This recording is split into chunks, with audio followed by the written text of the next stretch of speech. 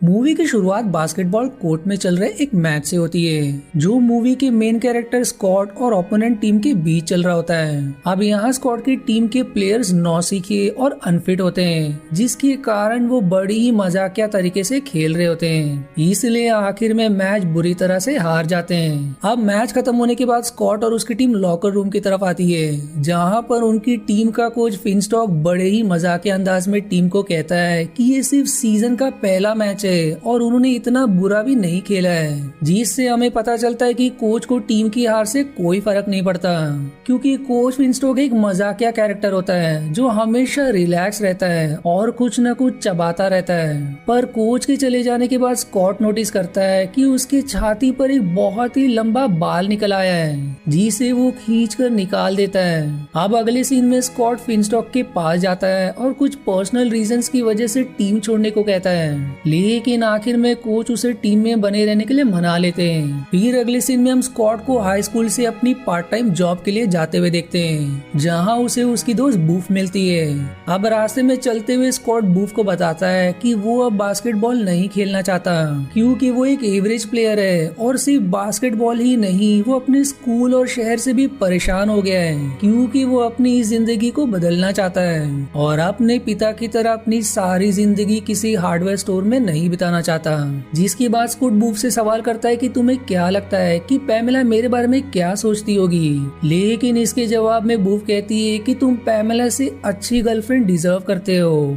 और पार्टी में मिलते हैं कहकर वो वहाँ से चली जाती है। अब स्कॉट अपने पिता की हार्डवेयर शॉप में आता है, जहाँ वो काम करता है, और जब स्कॉट शॉप में काम कर रहा होता है कि तभी वहाँ एक बच्चा जोर से एक टूटी हुई सीटी बजाने लगता है, जिससे स्कॉट के कानों में बहुत तकलीफ होने लगती है और फिर बैकग्राउंड में उसके दिल की जोरों से धड़कने की आवाज आने लगती है। स्कॉट अब जल्दी से उठता है और उस बच्चे से सीटी ले लेता है, जिससे वो बच्चा ये सीटी टूटी हुई है ऐसा कहकर वहाँ से चला जाता है। अब अगले सीन में हमें फिर से स्कॉट का स्कूल दिखाया जाता है, जहाँ स्कॉट अपने साथ बहुत सारा सामान कहीं ले जा रहा होता है और फिर रास्ते में उससे मिस्टर थॉर्न, जो कि स्कूल के वाइस प्रिंसिपल होते हैं, वो मिलते हैं, लेकिन वो स्कॉट की बिना कोई मदद किए वहाँ से चले जाते हैं। अब अगले सीन में हम स्कॉट की क्रश पैमेला को देखते हैं, जो ड्रामा थिएटर में अपनी डायलॉग्स को याद कर रही होती है, और तभी स्कॉट अचानक वहाँ पर बहुत सारा सामान लेकर आ जाता है जो उसे ड्रामा थिएटर में डिलीवर करना होता है। अब स्कॉट पैमेला से उसके साथ आज शाम को होने वाली पार्टी में चलने के लिए पूछता है, और तभी वहाँ पर स्कॉट की ओपोनेंट बास्केटबॉल टीम का प्लेयर मिक आ जाता है और पैमेला के सामने स्कॉट का मजाक बनाने लगता है, और पैमेला भी स्कॉट को बताती है कि आज शाम की पार्टी में वो मिक के साथ जाने वाली है, और ऐसा कहकर पैमेला मिक के साथ वहाँ से निकल जाती है, जिससे हमें पता चलता है कि मिक पैमेला का बॉयफ्रेंड है।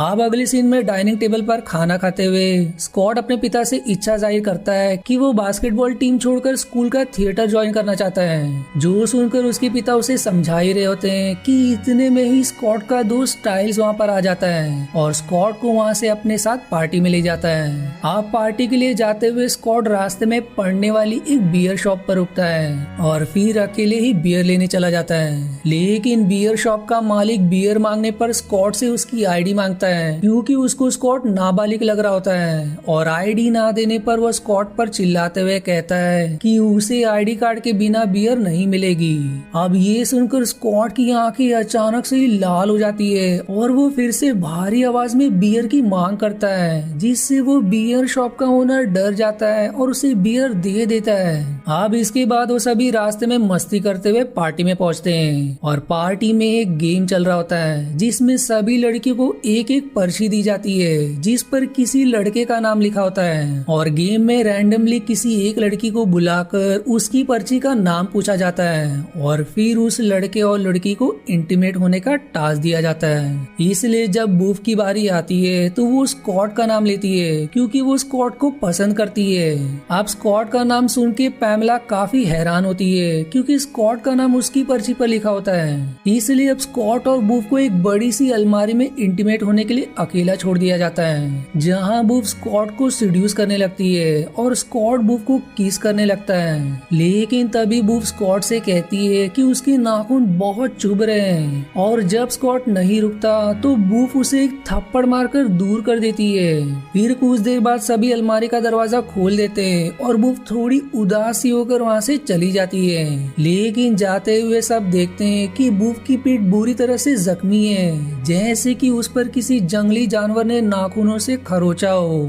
और उसकी ड्रेस भी पीठ की तरफ से फटी हुई होती है। आप पार्टी से घर आने के बाद हम देखते हैं कि स्कॉट की तबीयत खराब होती जा रही है, और जब उसके पिता उसको आवाज लगाते हैं तो वो बिना कोई जवाब दिए सीधे ऊपर जाकर बाथरूम में अपना मुंह धोने लगता है। और तभी वो शीशे में देखता है कि उसके दांत और नाखून किसी भेड़िए जैसे बड़े हो गए हैं। और फिर देखते ही देखते स्कॉट एक इंसानी भेड़िए यानी कि वेयरवुल्फ में बदल जाता है। फिर तभी उसके पिता वहाँ पर आ जाते हैं और स्कॉट देखता है उसके पिता भी एक वेयरवुल्फ में बदल चुके हैं। तब स्कॉट के पिता उसे रिवील करते हैं कि एक खानदानी बीमारी की तरह है जो कभी कभी किसी पीढ़ी में नहीं जा पाती, इसलिए उन्होंने सोचा था कि ये स्कॉट को नहीं होगी और इसीलिए उन्होंने इस बारे में उसे नहीं बताया। अब ये सुनकर स्कॉट गुस्से में अपने कमरे में चला जाता है और बाद में हमें दिखाया जाता है कि वो पूरे चांद की रात होती है। फिर अगले सीन में हमें स्कॉट के पिता को दिखाया जाता है जो अब नॉर्मल हो चुके होते हैं, जो अब कॉफी बना रहे होते हैं। और तभी वहाँ स्कॉट आता है। उसके पिता अब उसे समझाते हैं कि भले ही तुम एक वेयरवुल्फ में बदल जाते हो, लेकिन इससे तुम कोई राक्षस नहीं बनते, बल्कि इसके बावजूद तुम अंदर से वही रहोगे जो तुम पहले से हो। और ये कहकर स्कॉट वहाँ से स्कूल के लिए निकल जाता है। अब स्कूल में एक लेडी प्रोफेसर स्कॉट को एक सवाल का जवाब बोर्ड पर लिखने को कहती है, पर तभी स्कॉट की तबीयत फिर से बिगड़ने लगती है और वो तुरंत क्लास से भागकर बॉयज वॉशरूम में जाता है और बड़ी मुश्किल से खुद को भेड़ी में बदलने से रोकता है। अब जब स्कूल के बाद वो अपने दोस्त स्टाइल्स के साथ उसके स्टोर रूम में होता है तो वहाँ वो स्टाइल्स को रिवील कर देता है कि वो एक वेयरवुल्फ है, जिस पर स्टाइल्स इसे मजाक समझकर दूसरी तरफ कुछ ढूंढने लगता है। लेकिन अगले ही पल वो देखता है कि स्कॉट एक वेयरवुल्फ में बदल चुका है, जिसे देखकर पहले तो वो थोड़ा डर जाता है, लेकिन बाद में खुद को संभाल लेता है। और स्कॉट को ऐसा देखकर वो उसको कहता है कि तुम बहुत लकी हो। इस पर स्कॉट स्टाइल्स को इस बात को सीक्रेट रखने को कहता है। अब अगले दिन स्कॉट का बास्केटबॉल मैच होता है और प्लेयर्स जब कोच फिनस्टॉक से मैच की रणनीति के बारे में पूछते हैं तो कोच संतरा खाते हुए बड़े मजाक के तरीके से जवाब देता है कि तुम सब बड़े शानदार खिलाड़ी हो, रणनीति की चिंता मत करो।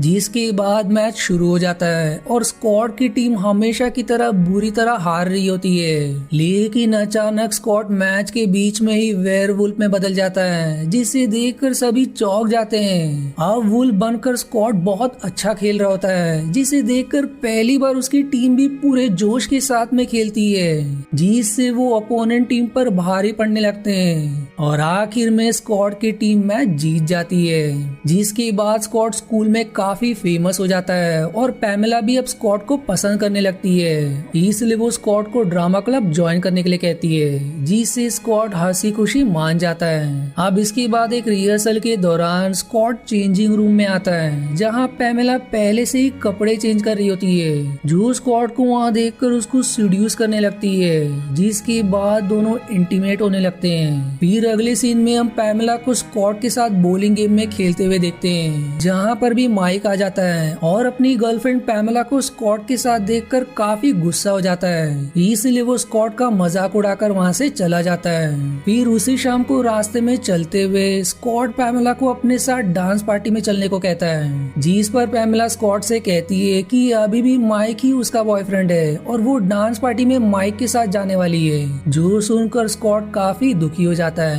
अब इसके बाद वाले सीन में जब अगली सुबह स्कॉट स्कूल जाने के लिए अपने घर से निकलता है तो वो देखता है कि बूफ उसका घर के बाहर वेट कर रही है, इसलिए अब दोनों स्कॉट और बूफ साथ ही स्कूल जाने के लिए चलते हैं। अब रास्ते में सफर के दौरान स्कॉट बूफ से आज शाम की डांस पार्टी में आने के बारे में पूछता है, जिस पर बूफ कहती कि अगर वो उसके साथ पार्टी में डांस करेगा तो वो जरूर आएगी, जिस पर स्कॉट मान जाता है और शाम को तैयार होकर वेयरवुल्फ की शक्ल में पार्टी में आता है, जहाँ वो और बूफ बाद में डांस करने लगते हैं, जिन्हें देखकर वहाँ सभी लोग काफी एक्साइटेड होकर डांस करने लगते हैं। फिर जब सभी डांस में बिजी होते हैं तो बूफ स्कॉट को डांस पार्टी से अलग ले जाती है, जिससे स्कॉट वापस से नॉर्मल बन जाता है, जिसके बाद दोनों ही पार्टी में वापस आकर डांस करने लगते हैं। अब स्कॉट को नॉर्मल देखकर माइक गुस्से में उसके पास आता है और उसके चेहरे पर एक जोरदार मुक्का मारते हुए कहता कहता है कि वो उसकी गर्लफ्रेंड पैमेला से दूर रहे, जिससे स्कॉट को भी गुस्सा आ जाता है। इसलिए वो वेयरवुल्फ में बदलकर माइक के कपड़े फाड़ देता है, लेकिन अगले ही पल उसे एहसास होता है कि वो ऐसा नहीं है। इसलिए स्कॉट वहाँ से बाहर आ जाता है, पर बाहर मिस्टर थ्रॉन उसका इंतजार कर रहे होते हैं और स्कॉट को ऐसा करने पर स्कूल से बाहर निकालने की धमकी देते हैं। पर तभी वहाँ पर स्कॉट के पिता हैरल्ड आ जाते हैं और स्कॉट को घर जाने को कहते हैं। अब स्कॉट के जाने के बाद हैरल्ड मिस्टर थ्रॉन को डराते हुए चेतावनी देते हैं कि वो उसके बेटे से दूर रहे, और मिस्टर थ्रॉन डर के मारे अपनी पैंट वहीं गीली कर देते हैं। अब अगले दिन स्कॉट की बास्केटबॉल टीम का एक और मैच होता है, जो कि बास्केटबॉल चैंपियनशिप का फाइनल मैच होता है। अब मैच से पहले स्कॉट अपनी टीम से कहता है कि आज वो बिना वुल्फ बने मैच खेलेगा। इस पर फिर उसे उसकी टीम वाले समझाते कि बिना वुल्फ बने उनका हारना तय है, लेकिन वो उनकी बात नहीं मानता और नॉर्मल बनकर मैच खेलता है, जिससे शुरुआत में उसकी टीम काफी बुरा खेलती है, लेकिन बाद में सभी टीममेट्स अपनी पूरी कोशिश करके खेलने लगते हैं, जिससे आखिर में टाइम खत्म होने पर स्कॉट की टीम सिर्फ 1 पॉइंट से पीछे होती है। अब स्कॉट के पास अब पॉइंट करने के सिर्फ 2 चांसेस होते हैं, जिसमें उनको जीतने के लिए हर बार पॉइंट करना होगा।